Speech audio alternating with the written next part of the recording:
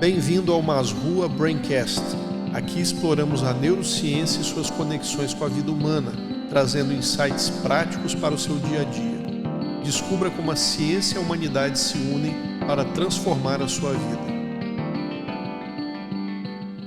Bem-vindo ao Masrua Braincast, onde a ciência encontra a humanidade. Eu sou o Dr. Marcelo Masrua, neurologista, professor e pesquisador. E hoje vamos falar sobre algo que por muito tempo foi colocado em lados opostos, mas que a ciência moderna mostra que podem andar juntos, a fé e a razão. E mais especificamente como elas se encontram no cérebro quando tomamos decisões. Se você já se viu diante de uma escolha difícil, talvez tenha sentido aquele conflito interno entre o que a lógica dizia e o que o coração ou a sua fé indicava. É quase como se houvesse duas vozes dialogando, ou até competindo dentro de nós. Mas será que são de fato forças separadas, ou será que elas apenas são duas dimensões de um mesmo processo mental? Para entender isso, precisamos olhar para como o cérebro decide. Grande parte das decisões envolve a interação entre o córtex pré-frontal, que avalia cenários, pesa prós e contras e calcula riscos, e o sistema límbico, onde as emoções e os valores são processados. A fé nesse contexto não é apenas uma crença abstrata, mas um conjunto de valores profundamente enraizados que influenciam nossas avaliações emocionais e morais. Pesquisas em neurociência mostram que experiências espirituais ativam áreas como o córtex pré-frontal medial e o giro do cíngulo anterior, regiões associadas à empatia, autorregulação e processamento moral. Isso significa que quando tomamos decisões à luz da nossa espiritualidade, estamos literalmente engajando circuitos cerebrais que também usamos para raciocinar sobre dilemas éticos e sociais. Há um exemplo interessante. Um estudo de 2018, publicado na revista Social Cognitive and Affective Neuroscience, analisou como pessoas religiosas e não religiosas processavam decisões morais.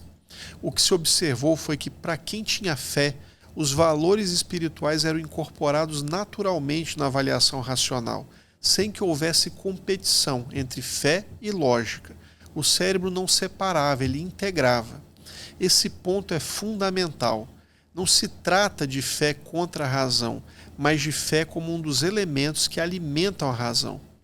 Quando uma decisão envolve, por exemplo, ajudar alguém em detrimento de um ganho próprio, a lógica pode até indicar uma perda imediata, mas os valores espirituais ampliam a visão, trazendo significado de longo prazo e coerência com a identidade pessoal. Do ponto de vista prático, isso pode se manifestar em situações como escolher uma profissão alinhada a um propósito maior, mesmo que não seja mais lucrativa, ou manter um compromisso ético, mesmo diante de uma oportunidade tentadora de quebrá-lo. Nessas horas, o que a ciência chama de circuito de valor no cérebro, que inclui o estriado ventral e o córtex órbito-frontal, está levando em conta não apenas recompensas tangíveis, mas também recompensas simbólicas e espirituais. Outro aspecto fascinante é como a espiritualidade pode reduzir a ansiedade na tomada de decisão. Quando uma pessoa acredita que existe um propósito maior guiando sua vida, a incerteza deixa de ser paralisante. O cérebro reage com menos ativação da amígdala, que é a central do medo, e mais ativação de áreas ligadas à confiança e ao controle emocional. Isso não significa abdicar da responsabilidade, mas decidir com mais serenidade. Vale lembrar que a espiritualidade não é exclusiva de religiões. Ela pode se manifestar como um senso de conexão com algo maior, seja a natureza, a humanidade ou um conjunto de princípios éticos.